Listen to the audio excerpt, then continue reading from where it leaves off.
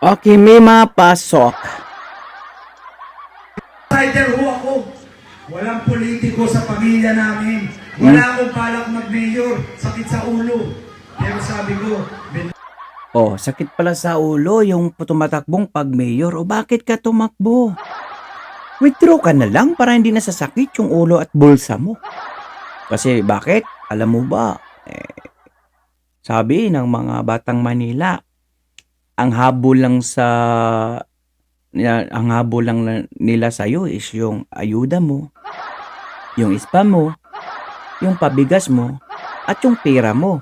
Kaya pala hindi tumataas yung survey nito kasi alam pala nang gagawin ng lahat ng mga batang Maynila. Palakpakan. Dito, pabila-bila siya mga quiz mga guys. Kita niyo ba? Ayan. Okay, pasok. bless ako ng Panginoon. Sobra-sobra. Hindi ko pwedeng soloin yan. Kailangan i-share ko yan sa mga kababayan ko sa Manila. Yeah. Kaya nandito ako para ipaalam sa inyo ano mga gagawin natin plano sa Maynila. Para matandaan ninyo, pinasimple ko lang, 3 K. Yan ang prioridad natin. Ilang K? Ano yan? Kiki, katog, kaon, kalibang, katog. Yun ba ibig sabihin nun, Sam? Kalusugan, kaalaman, at kabuhayan. Hmm.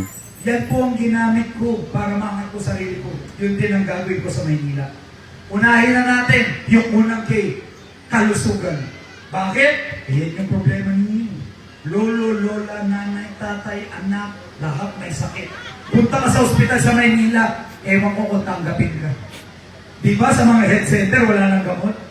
Ang pinaringgan nito mga quiz magayas, si Doktora Hani Lacuna pala. Okay.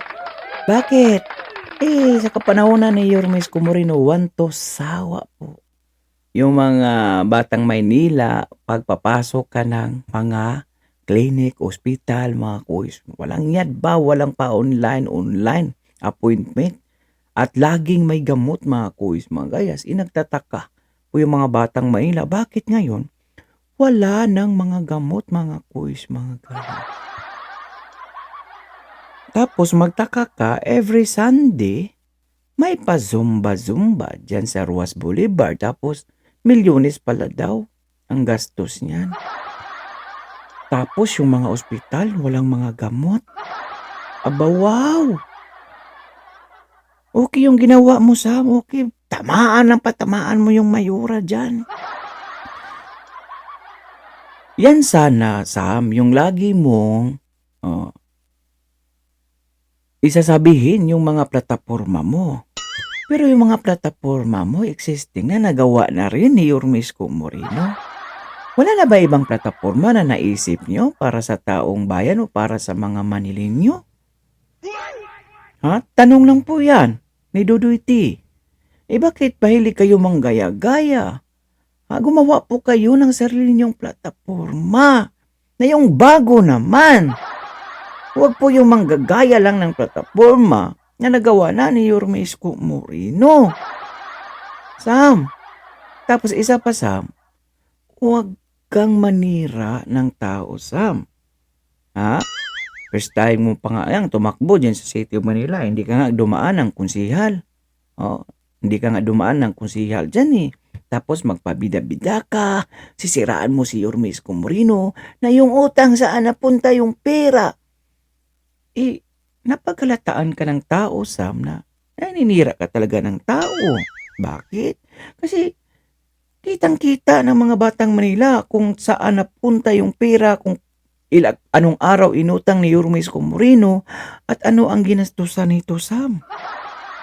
Transparent po ang aming buting Yormes Comorino nasa live po yan na hindi pa ngayon hanggang ngayon na-delete, Sam. Tandaan mo yan. At nagtatayugan yung mga ospital, paaralan, kondo dyan sa City of Manila na pang first class, Sam. Pwede yan. Mangampanya ka dyan. Wala kaming pakialam, Sam. Imudmud mo lahat ng pira mo dyan, Sam. Wala kaming pakialam, Sam. Huwag mo lang siraan si buting Yormes Comorino dahil mapaghalataan ka ng taong bayan. At isa pa dyan, magagalit lalo sa iyo yung mga batang Maynila. Bakit? Hindi totoo yung mga sinasabi mo eh. Fake news eh. Ha? Kaya, yan. Latag mo yung plataforma mo. Sana naman, hindi yung copyright, copycat. Punta ka doon, tignan ko sa ospital na Maynila kung tanggapin ka. May bayad pa.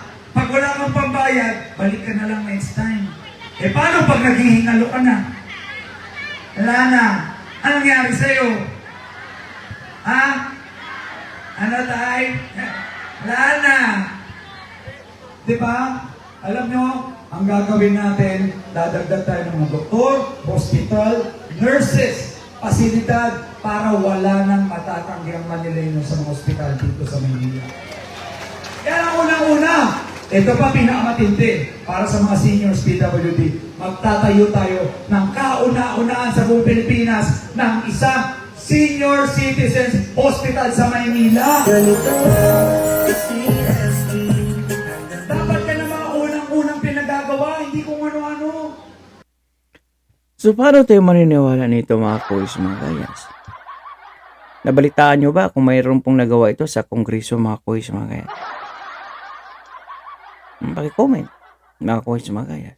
So, paano tayo maniniwala nito sa kanyang plataforma na wala pang napapatunayan, mga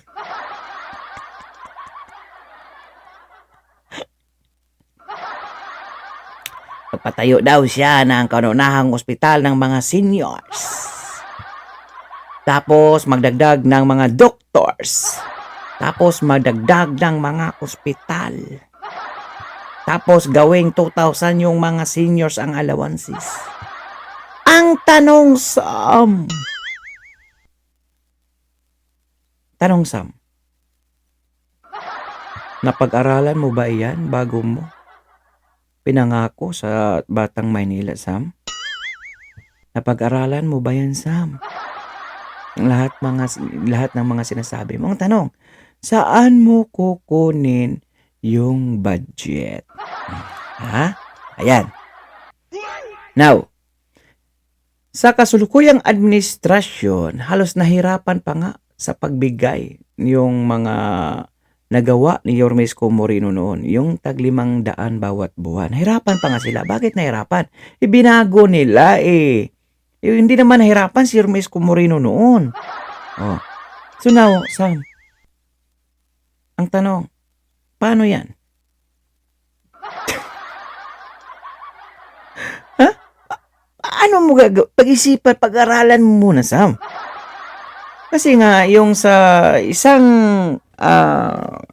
buwan, 500 sa mga allowances, nahirapan pa nga sa kasulukuyang administrasyon na ibigay. Nagka-delay pa nga. Oh. Ang ginawa nila, kahit na maliit ka lang ng 1 linggo, forfeited na nga, mga quiz. Oh. So ngayon, gagawin mo pang 2,000 yung mga seniors allowances. Tapos, magpapagawa ka ng ospital. Marami namang ospital dyan, Sam. Di mo ba alam? May mga bagong ospital pinagawa si Yormesco Moreno, Sam. O tama. O sige. Palakpakan kita noon nung sinabi mong hindi naman tayo hypocrite mga kuys mga guys. Palakpakan kita nung sinabi mong magdagdag ka ng doctors. Ayun. Pero Sam, alam mo ba? Hindi doktor yung problema dyan. Sa ospital ng City of Manila, Sam. Alam mo ba ang problema dyan? Yung mga tauhan, mga Sam, hindi yung doktor. Walang problema sa doktor dyan, Sam. Marami ng doktor rin. Ang problema dyan, yung mga staff, Sam. Sabi nga kanina, yung napanood nyo, yung mga staff daw dyan ay stricta, hindi mapagkausapan. Sabi ni ate kanina, alam mo, Sam, yung mga plataforma mo, yung mga plano mo sa Manila, parang hindi siya angkop sa kapanahunan ngayon. Bakit? Kasi marami ng ospital, magagandang ospital dyan na ginawa ni Yormesco Moreno. Sabihin mo naman, magdagdag ng paralan. Marami ring paralan pinagawa si Yormesco Moreno. Sabihin mo, gumawa ng pabahay. Marami ring pabahay na pinagawa ni Yormesco Moreno. bago nga kasi tayo gumawa ng plataporma o may mamima o magpabida-bida, sabi nga ni Yorme Isko Moreno, parang Superman daw ito.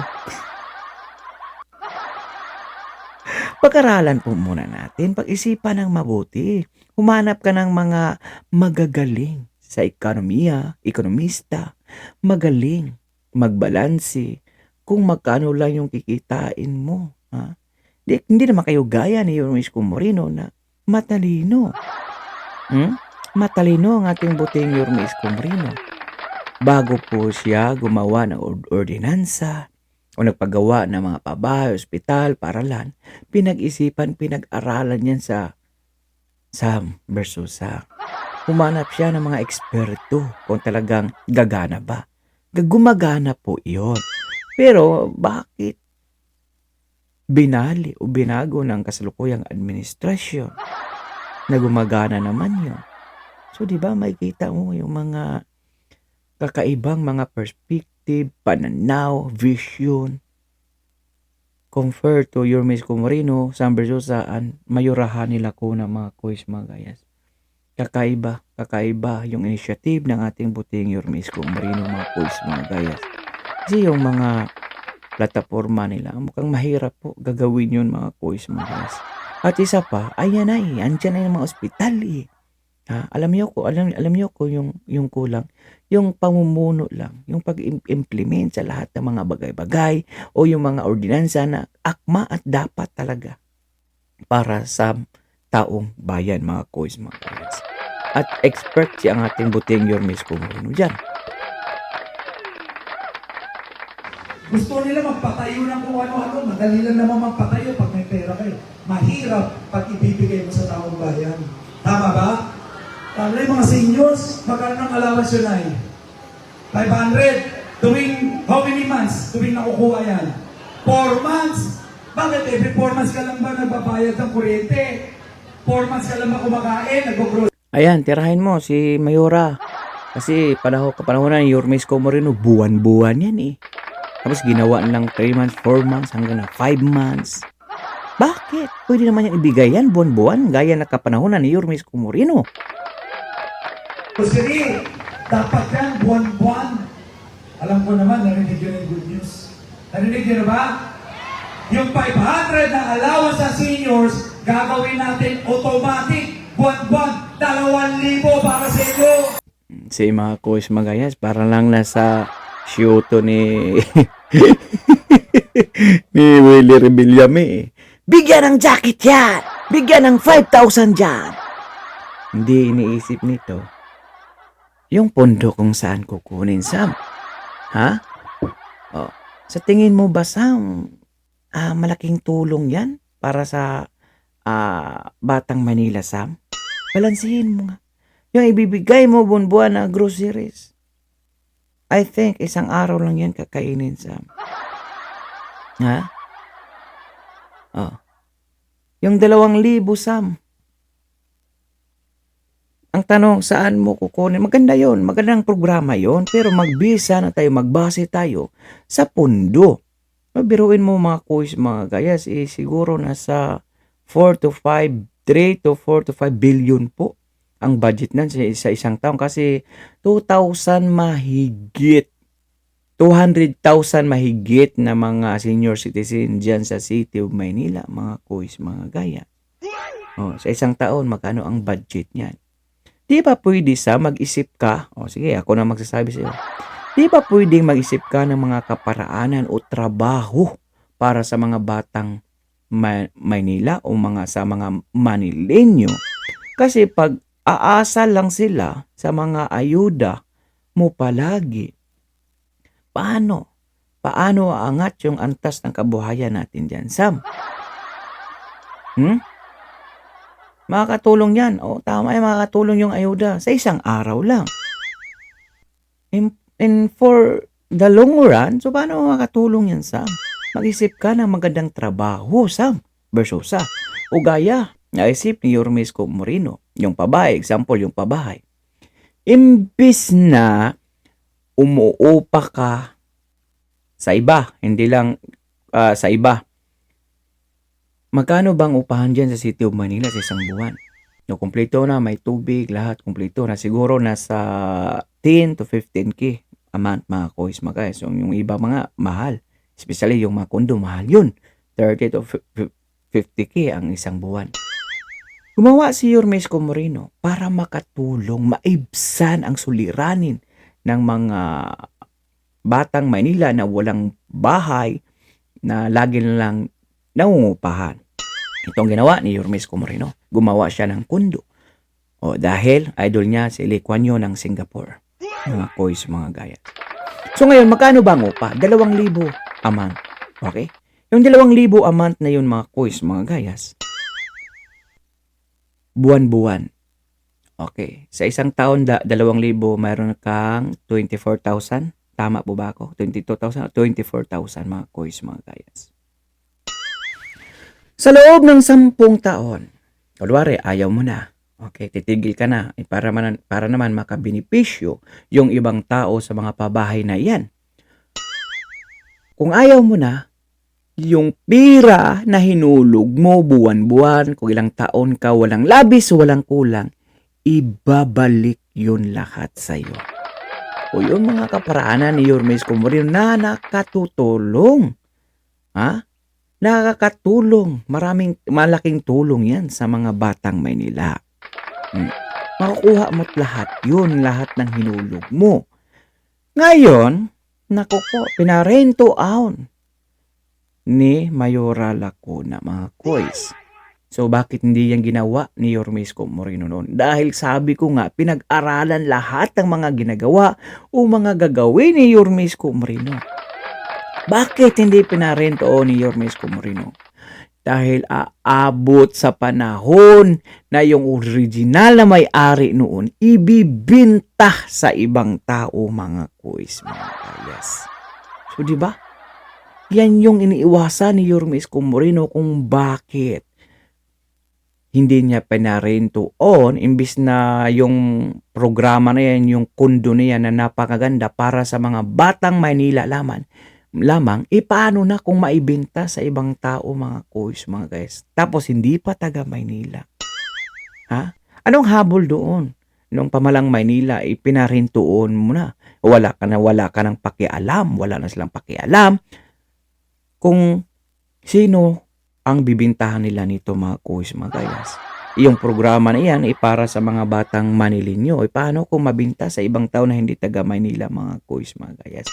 Yun ang iniiwasan ni Yormesco Moreno. Kaya sabi nga natin, bago gumawa ng programa si Yormesco Moreno, talagang sinuri po yan, pinag-aralan ng mga eksperto maliban kay Yormesco Moreno. See, mga kois, mga guys. Yung mga ganyang kaparaan, malaking tulong po yan, mga kois. Magkano ba ma-save mo?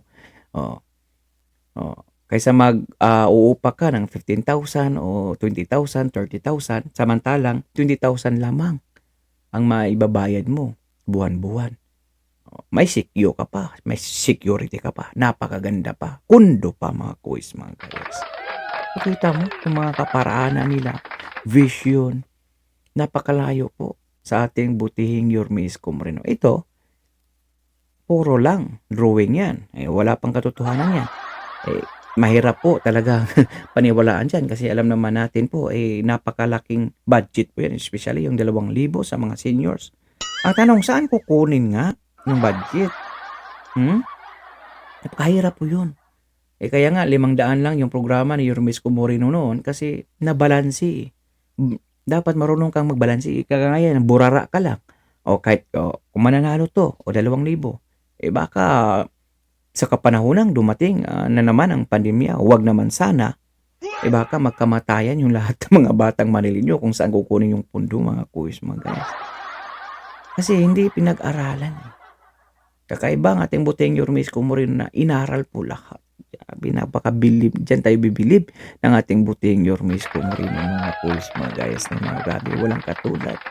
Nag-isang butihing Yormesco Moreno, mga kuis, mga gayas, no. Grabe, palakpakan.